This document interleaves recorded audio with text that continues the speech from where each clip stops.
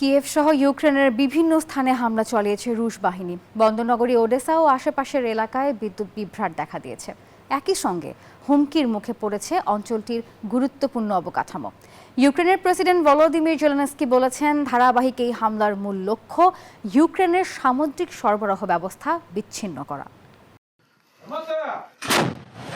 Russia ইউক্রেনের শান্তি আলোচনার মধ্যে কিয়েভের বিভিন্ন স্থানে রুশ বাহিনীর হামলা অব্যাহত রয়েছে।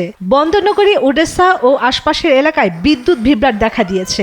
একই সঙ্গে হুমকির মুখে পড়েছে অঞ্চলটির গুরুত্বপূর্ণ অবকাঠামো। ইউক্রেনের উপপ্রধানমন্ত্রী ওলেক্সি কুলেবা জানিয়েছেন, রাশিয়া পরিকল্পিতভাবে ওই অঞ্চলে হামলা চালাচ্ছে। দেশটির প্রেসিডেন্ট ভলোদিমির জেলেনস্কি বলেছেন, ধারাবাহিক এই হামলার মূল লক্ষ্য ইউক্রেনের সামুদ্রিক সরবরাহ ব্যবস্থা বিচ্ছিন্ন করা।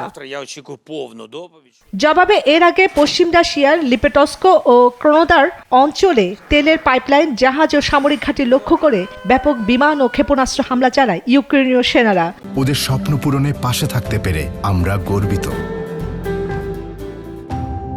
কৃষ্ণসাগর তীরবর্তী রাশিয়ার ক্রাসনোদার অঞ্চলে ইউক্রেনের ড্রোন হামলায় 2টি জাহাজ ও 2টি জেটি ক্ষতিগ্রস্ত হয়, আর একটি গ্রামে আগুন লেগে যায়।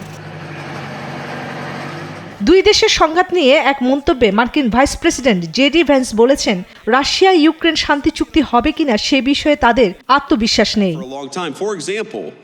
এদিকে স্থানীয় সময় সোমবার কিয়েভের সামরিক কর্মকর্তাদের সঙ্গে বৈঠক করেন জেলেনস্কি। একই সঙ্গে হুঁশিয়ারি দিয়ে বলেন, রাশিয়া যদি শান্তি আলোচনার পুরোপুরি আন্তরিক না হয় আর যদি যুদ্ধ দীর্ঘায়িত করার পথ বেছে নেয়, তাহলে ইউক্রেনও সম্পূর্ণ যৌক্তিকভাবে জবাব দেবে।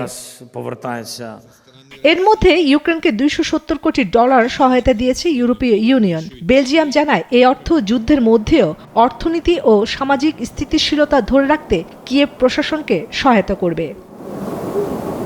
চন্দ্রানী চন্দ্রা, নিউজ 24।